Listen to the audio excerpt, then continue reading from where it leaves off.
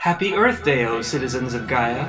On this day of remembrance of our precious time on this beloved planet of ours, forget not to pray to the motherly spirit of Bette Midler, for she is ill and in constant need of our care.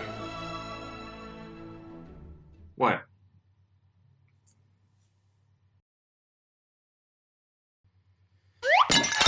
I hate Earth Day in July. Never mind, I missed the Earth Day cutoff, but I can still do the episode, right? After all, I got this from the library, and someone out there really wanted this episode for Earth Day, so they're gonna get what they paid for. I guess this means I'm gonna have to rewatch the movie.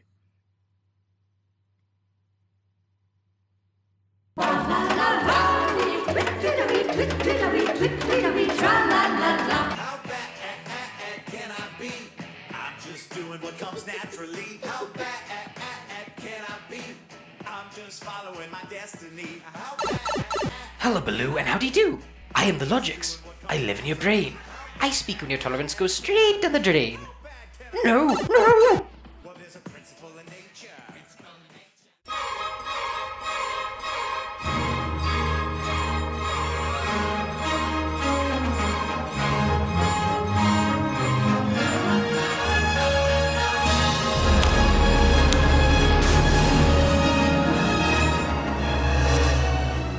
God is my witness. As God is my witness, they're not going to lick me. Aslan is on the move. You're a wizard, Harry. I'm a what? Everyone's mad here. You guys want to go see a dead body? As you wish. Do you really think you have a chance against us, Mr. Cowboy?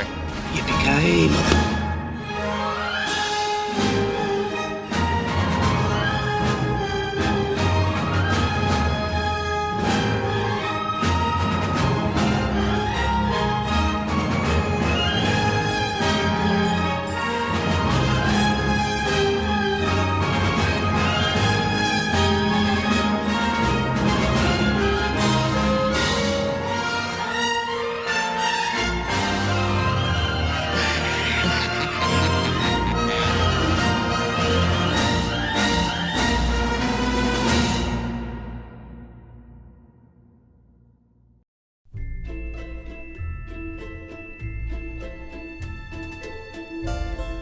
Yep, it's Patreon time again here on the show. I would like to thank my Patreon supporter Amelia Jones for requesting this episode because, boy, are things gonna get interesting. In 1971, Dr. Seuss published his personal favorite of his works known as The Lorax, the story of an entrepreneur known as the Wutzler who discovers a special kind of tree that he uses to produce a multifunctional product called a thneed. After chopping it down, he inadvertently summons a being known as the Lorax who warns him that his actions may have consequences. As the Wutzler grows his industry, harvesting trees without concern for the environment, the Lorax continues to show him to no avail the animals whose homes he's destroying in his pursuit of profit. It's only after the last tree is cut down and the Lorax and all of his friends leave that the Wutzler realizes the extent of what he's done and is forced to close up shop. However, the story ends on a sign of hope as the Wutzler gives the last tree seed to a boy who's been hearing his story, telling him to plant it so that one day the trees can thrive again. This cautionary tale was inspired by Seuss's own distaste not just for certain industries but also the tediousness of the average ecology book, and wanted to create a story that was engaging and helped kids understand the importance of protecting the environment. Which is why even though it wasn't initially one of his biggest hits, it's remained a staple in classrooms, libraries, and wildlife reserves. Following the success of a certain other TV special, Seuss thought it was time to bring his ecological masterpiece to the small screen. Using Seuss's own teleplay, the Lorax TV special aired on CBS in 1972, and before you know it, this one also became a staple in classrooms. The special added very little to the original story, as it was only enough to fit into a 25-minute runtime, but it wouldn't be the last time the story was adapted into a visual medium. In 2012, Universal and Illumination Entertainment released their adaptation of The Lorax to wide release, and To be fair, even more mixed reactions. Under the production guidance of Audrey Geisel, Seuss's widow, this one sought to expand the story, adding in elements left and right to further complicate the story in an attempt to make it more suitable for feature length. They headed it up with a star cast, added in a villain character, loaded it up with all kinds of wannabe hip zaniness. Ugh. Okay, I'm gonna try to give this movie a fair shot, because I'm not some Seuss purist who's out to collect the bill on a childhood classic like every other critic out there who gave this movie a bad rap. I read this book when I was in school. I watched the special. I read off poems based on the book like every other goody two-shoes first grader I knew. I just never got too heavy into it or anything. The Grinch was a little bit more my persuasion. I think, though, looking back on the film, there are still some serious issues that need to be addressed. Let's have a read.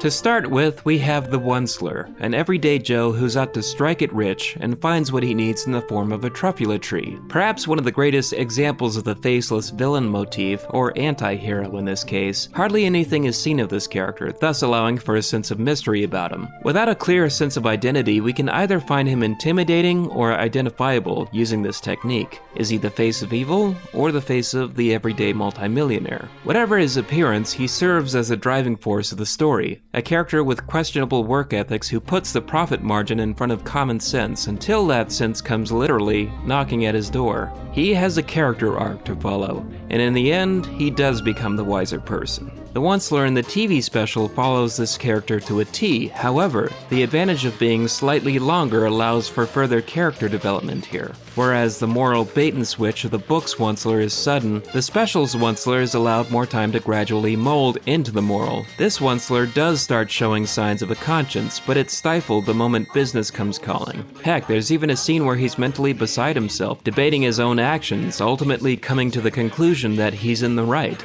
In the film, there's so many changes to this character, it's hard to know where to start. Yes, he's still got the same type of arc where he has to come down from being a greedy gum. It's just that the filmmakers approached his character with a different take. Gone is the faceless motif, possibly because it would be difficult to keep the main character faceless for an entire film's running time. To the film's credit, they do keep him in the shadows part of the time to try and keep some mystery to the character. However, it all goes out the window when they introduce the younger version of him as a guitar-playing hipster. The only time we get to see anything resembling the book Onceler after that is the gloves. The film's designers took inspiration there for the Onceler's green outfit. The only setback with that suit is that it comes with... How bad can I be? I'm just doing what comes naturally. Oh, trust me, we're saving that one for plot elements. As for our titular character, my impression of the Lorax in the book actually doesn't strike me as being much more than a union rep for the forest life. He starts out speaking for the trees, then he's speaking for the barbaloots, the fish, and everything else that's being affected by the Onceler's deforestation. If anything, he's mainly there to be a representation of conscience. This role is understandably expanded upon in the special. Judging by the elderly voice that he's given, it seems implied that he's a being who's been with the forest for centuries. Furthermore, seeing as it's animation and he's a nice little pint size, it serves as a good opportunity for some physical comedy and shenanigans at the Onceler factory. But the most important thing to consider here is the dialogue. For the most part, it's lifted directly from the book and thus carries Seuss's unique writing scheme. The film Lorax maintains most of what made his predecessors work. Again, we have the forest repping, the wisdom, the pint-sized shenanigans. The only thing he's missing is the single most crucial element that is Seuss about the character. And my guess is that the casting of Danny DeVito must have been an indication of this different direction. Just to be clear of what I'm referring to, I present Exhibit A. I am the Lorax. I speak for the trees. I speak for the trees have no tongues. And now, ladies and gentlemen of the grand jury, I present Exhibit B. Did you chop down this tree? No. And who are you? Wait, I'm the Lorax, guardian of the forest. I speak for the trees. Who needs Seuss's unique dialogue touch when you've got sass?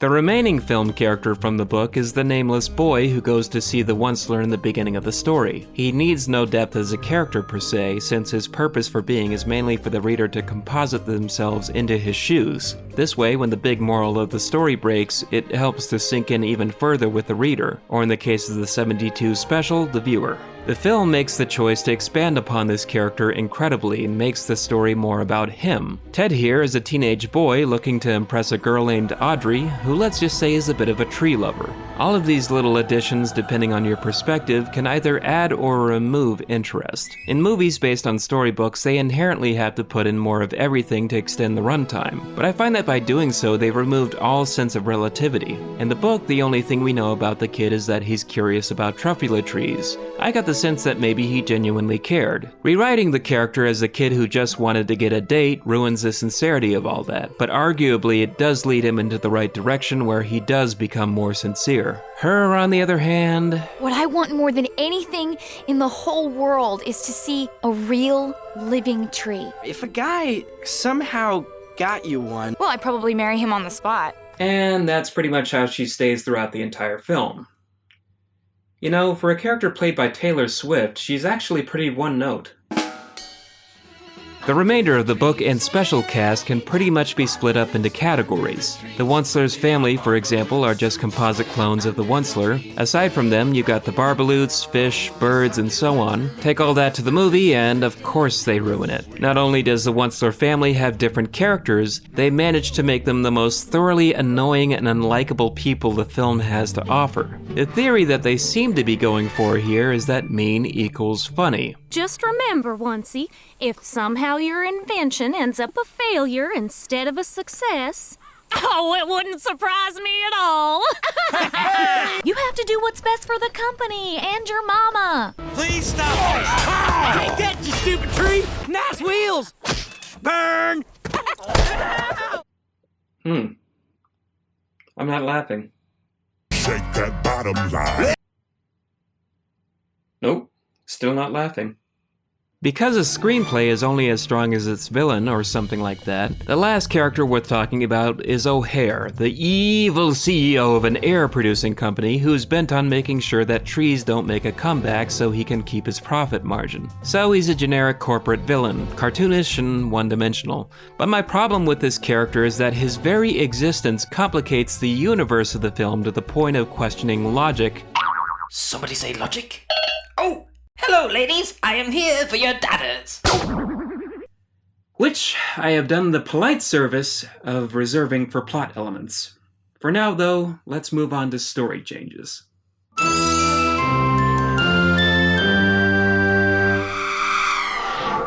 Clocking in at around 50 pages or so, the book story does a nice job telling a fairly epic story of one man's rise and fall in power. A boy goes to visit the Onceler in a disheveled old shack to find out what happened to all the trees, and from there it launches into a mass expose starting with the first time the Onceler came to the valley. Once he finds the truffula trees he needs for his needs, he chops one down only to witness the Lorax pop out of the stump Super Mario style. Upon seeing the Thneed cell for the first time, this kicks off the rivalry between the two characters. The special doesn't do much at this point to deviate from the book story. It's the film that makes the choice of starting before where the book starts, introducing us to the town of Thneedsville and all of its oh-so-various characters with a rather so-so opening number. Ted musters up the courage to talk to Audrey. Afterward, he finds out about the Onceler from grandmother Betty White and decides to go pay him a visit, unaware that he's caught the attention of Big Brother O'Hare. I guess someone out there thought what the Lorax really needed was an extra dose of 1984 with more evil corporations.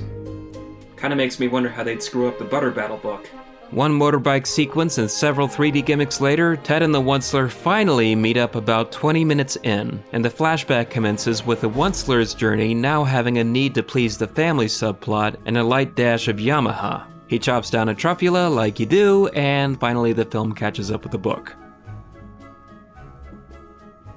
Oh, sorry, just testing the padding. At this point in the book and special, the very first Thneed sells pretty much off the bat, thus launching the Onceler's motivation to call in the whole family and build his empire practically overnight. As expected, the film takes the opportunity to extend this portion and show some more gradual growth over time. Only here, it rips a few seams along the way. A story that took the boy in the book to hear overnight becomes a story Ted has to come back for over the course of several nights, so he can go home, dream about sowing truffula seeds, and get accosted by O'Hare on the way back over to see the Onceler the next day. Once said story commences, we have shenanigans involving the Lorax trying to get rid of the Onceler, a morning bedroom scene that seems like something out of The Hangover with the Lorax and company invading the Onceler wagon, and then, halfway through the movie, then he finally makes an effort to sell a Thneed, which, as you guessed, also has to get padded out. The Thneed here isn't successful until it's given out as a freebie. You take the blonde and I'll take the one in the tithing. And that leads to this little number. My goodness, these people are easy to impress. If a single piece of clothing is enough to warrant a flash mob that size, I wonder if they have to pull out the National Guard every time a Nordstrom opens up. You can toss on the SWAT team while you're at it. Quiet, you! Sorry, folks, that thing's been bothering me ever since I first watched this turkey. Liar, you know I've been growing in here since Zombie Lake. At this point, the book Onceler opens up shop with the whole family, and the meat of the story finally goes into motion. New inventions and industrialization lead to further deforestation faster than you can say Fern Gully's Avatar, each time leading the Lorax to confront the Onceler with different creatures whose homes he's destroyed. Unfortunately, business needs to move forward at whatever expense, and the forest creatures are just casualties off a wall. The special actually does a service with its expansion of this portion. It keeps to the same basic set of plot points, keeping the story padding to a minimal, and building on the relationship between the Onceler and the Lorax, including this popular thought-provoking moment which shows much-needed insight into the Onceler's mindset. Well, what do you want? I should shut down my factory? Fire 100,000 workers? Is that good economics? Is that sound for the country? I see your point, but I wouldn't know the answer. The film, on the other hand, chooses this time to focus more on resolving the Onceler's relationship with his family and bringing them back into the mix, because the screenwriters apparently thought they were far more important. As a result, the rest of his story arc does kind of suffer, leaving the bulk of the rest of it, factory bickering, ecological damages, all summed up in the course of one song, which again, I'm saving for plot elements.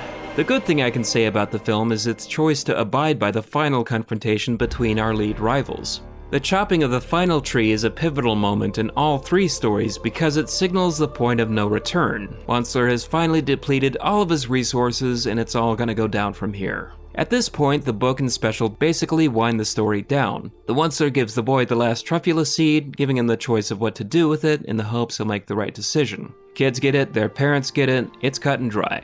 The film has a number of plot threads to sew up, though, which is why we need an emergency, super happy fun ending. Guy's gotta get the girl, villain's gotta fall.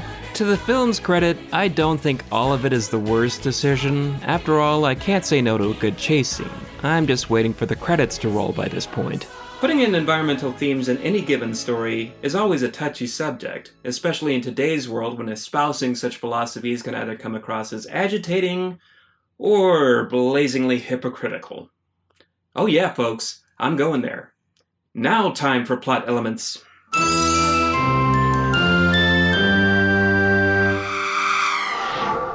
When writing this story, Seuss was considered ahead of his time. No one had ever done a story like this before, and from what I've read up on, he sought inspiration in his hometown of Springfield, Massachusetts, where it's said that the Thneed factory pumping smog into the atmosphere is comparable to the now defunct Springfield Gas Works. So it's quite clear that the Lorax was a definite passionate project, and considering that the book was released in the 70s during that decade's environmental movement, it came at about the right time. Earth Day was becoming a thing, Silent Spring was scaring everybody's pants off. Essentially, it was a trend. Kind of like the more recent environmental trend we've had about since 2006 on and off. A Lorax movie wouldn't have been too far out there. The problem with that is, just like with the previous environmental movement, the entertainment culture atmosphere got so oversaturated with environmental propaganda, You couldn't pick up a book or go to the movies without some sort of misguided environmental lecture invading your eye sockets.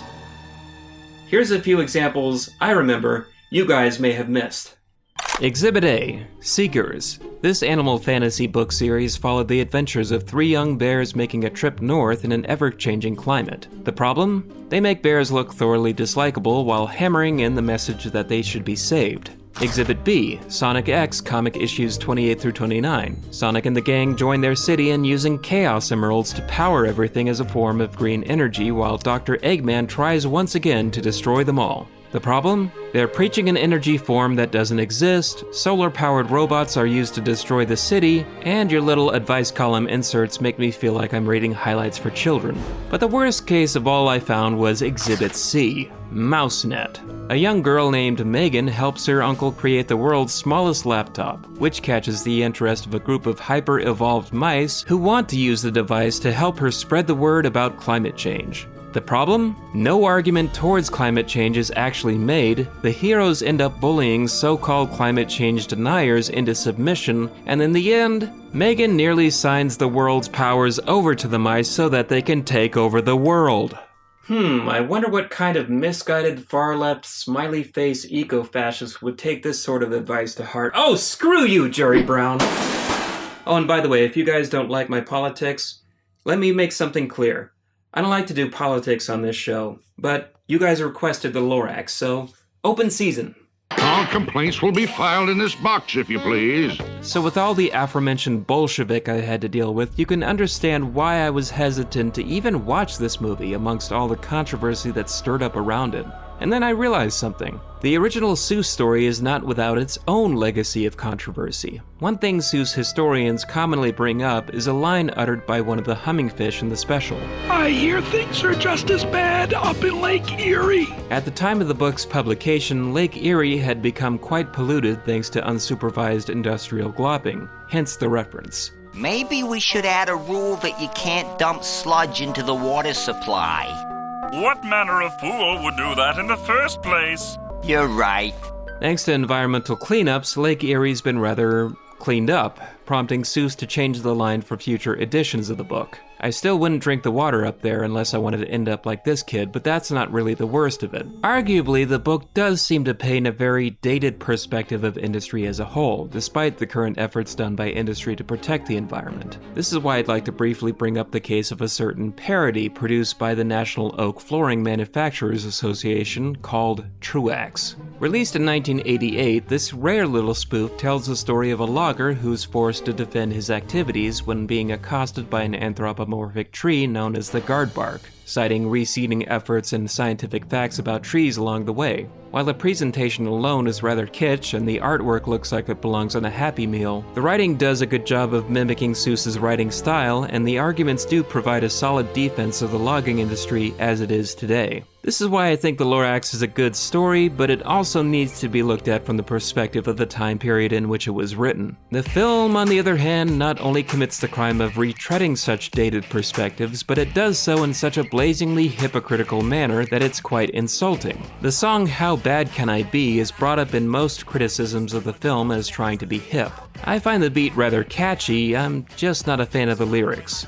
In the song, the Onceler defends his deforestation activities by comparing his business practices to the laws of nature, in which stronger animals are meant to rise above the weaker ones. To me, this whole number harkens back to the theory of social Darwinism, a theory which rose to popularity in Europe in the 1870s to describe why certain groups of people, and companies by extension, are meant to rise to power over others. Because it is so in nature, henceforth shall it be so in human society. However, in this day and age, the theory is largely discredited as it doesn't fully explain or grasp the concept of human nature. And having such outdated principles put in a current villain song is not only an unfair demonization of modern industry, it ends up demonizing the machine that this film is a part of. As the song progresses, we see the Onceler publicly saving face by donating to charity. You know, kind of like how almost every product tie-in that came with this film came from an industry that the environmentalist wacko types love to demonize, some of which were obviously trying to do the exact same thing. Save face. Okay, full disclosure, I realize that filmmakers are not responsible for the marketing aspect of any movie, and that's why I think that maybe looking back on this film, my problems with it hinge less on the film itself and hinge more on the system that it's attached to. But hey, what else do you expect from a system run by limousine liberals who live in coal-melting mansions, schmooze with politicians on their yachts, and fly across the globe in their personal jets, burning more gas than you could ever dream of so they could accept their Oscars and salvage their consciences by giving lip service about climate change? Disclaimer, the producers behind From Pages to Pictures would like to say that Leonardo DiCaprio is a terrific, well-accomplished actor whose films they could binge-watch over and over again religiously, and that his Oscar for The Revenant was well-deserved, especially considering his contributions to the world of film. It's just that when you leave a larger carbon footprint taking a dump and leaving the bathroom than the rest of us humble peasants do in a week, you really might want to reconsider your position before you lecture us. Ha! But wait, you ask? Wouldn't that make the original book hypocritical, considering how many trees they had to chop down to make the paper to sell God knows how many copies? Take a closer look. Yep, this here be recycled paper. That's putting your money where your mouth is. Agenda aside, this movie still has issues. Because it's a feature film and has to build on the universe, it also feels the need to explain things, thus ruining the simplicity of what makes Seuss's work so powerful to begin with. You're not meant to question the universe of the book or the special because it's meant to be simple. Expanding upon this means we have to start asking questions like, if there are no trees, what plant life is next? Nothing. We killed it all and replaced it with blow-up plants. If there's barely any plants, how do we produce clean air? Boom, it's a factory that does it now. How does that exactly work without plants? We'll take a rain check on that one. Looking back on the book, there is very little seen of the world outside of the Onceler's house, and that works because that's not the focus. Still, looking at these drawings and scenery as an adult, it doesn't look like a very rosy universe. One could very easily deduce that this is Seuss's vision of an apocalyptic future with everything looking very dead. But that's just my interpretation looking at it. It needs no explanation. In the movie, when they explain things, it causes the audience to further question the film's universe, and when they go full-on textbook science on us, the foot goes further down the gullet. We know why you're really against trees. Because they produce fresh air. You have lied! It is not a lie. It's called photosynthesis. All right, movie, I'll bite. Let's see here. What is the definition of photosynthesis? Photosynthesis. Noun. The process by which green plants and some other organisms use sunlight to synthesize foods from carbon dioxide and water, generating oxygen as a byproduct. See also, physics of fizzy lifting drinks. You hear that, folks? Green plants. Green plants. Now, let me show you something. You see the problem? You see what happens when you start mixing too much science into Dr. Seuss? I don't know, maybe there's a color missing here or something? In the trees, maybe? Yeah, a certain tree color. Yep, there's a distinctive lack of puce there. That dark red purple-brown combo's just so hard to come by.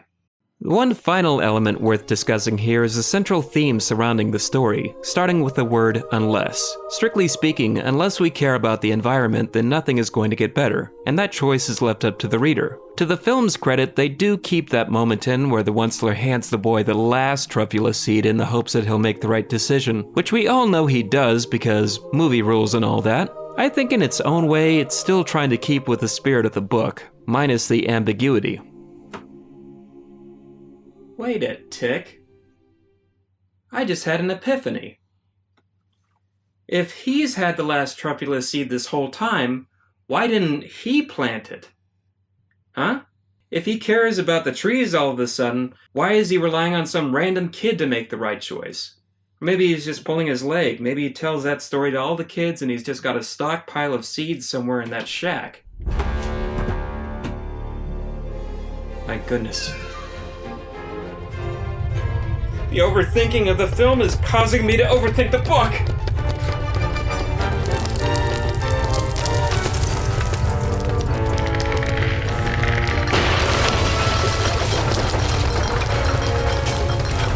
No!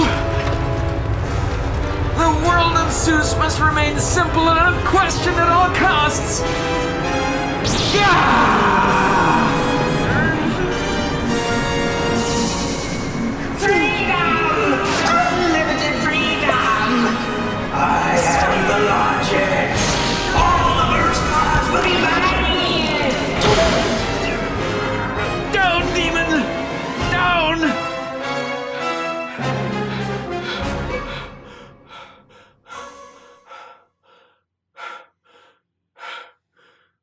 Phew.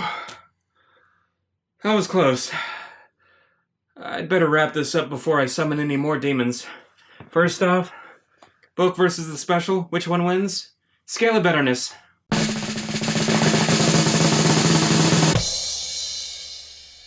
This one's definitely a tie. I wouldn't know the answer. I mean, what can I say? I'm no hardcore fan of the book or anything, so I can't honey badger one side or the other. It's the same story down to the T, only the special adds in the right amount of character development to make it feel just a little more well-rounded. I guess the special is technically better on those grounds? I don't find the songs particularly memorable, but at least I can still say that they've got the flavor of Seuss. It does feel a little more timeless overall. That brings me to the film. Saw that one coming a mile off, didn't you? I'll go right up your nose! I really didn't like this movie when I first saw it, and that was after all the promo hype died down. In hindsight, I go a little bit easier on it because for the most part, I guess it's harmless. Disregarding its jaded perspective about pretty much everything, it does what it thinks the audience wants to see in a feature. Some of the additions I do find amusing, some of them I'm indifferent towards, and some are just irritating. The book is a timeless classic.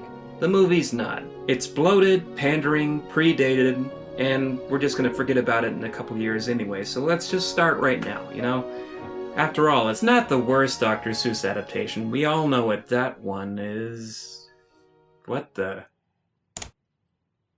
Great job, Jaimetud. I like this movie, but your review still made me LOLs RFOL. Could you please do that stupid Mike Myers movie version of the cat? I see nothing, I know nothing. Anyway, that's all for this episode of From Pages to Pictures. Actually, hold that thought, just so you guys don't think I'm some sort of callous tree basher. Let me show you something. Follow me.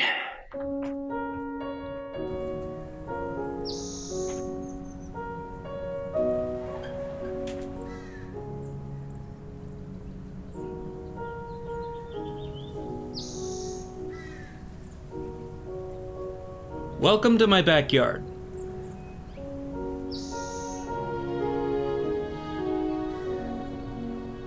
My family's worked on this for years. Watering, growing. We like to keep it nice looking so that the kids can have something to play in when the family comes over to visit.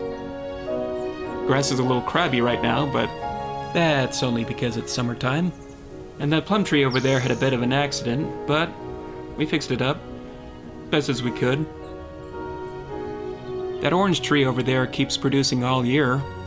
Never stops. It's pretty amazing.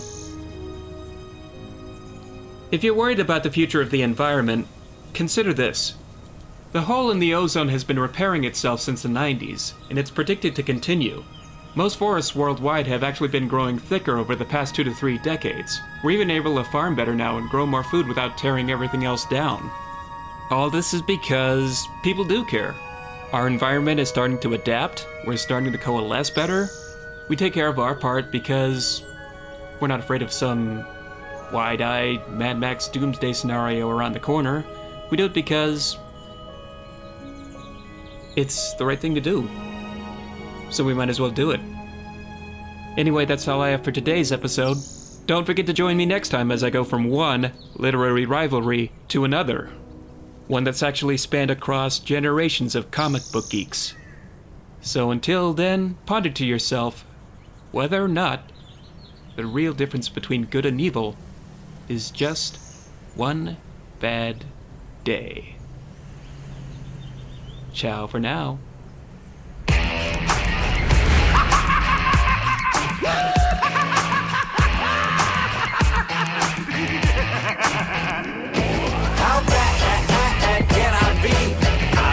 What comes naturally. How bad can I be? I'm just following my destiny. How bad can I be?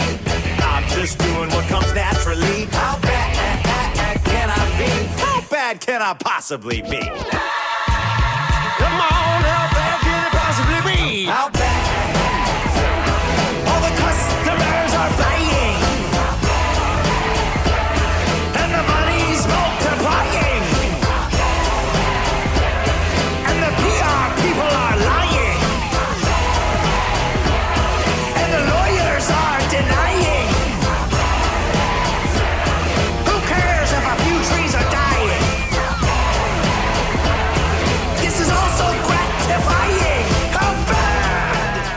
go right up your nose! Nice wheels!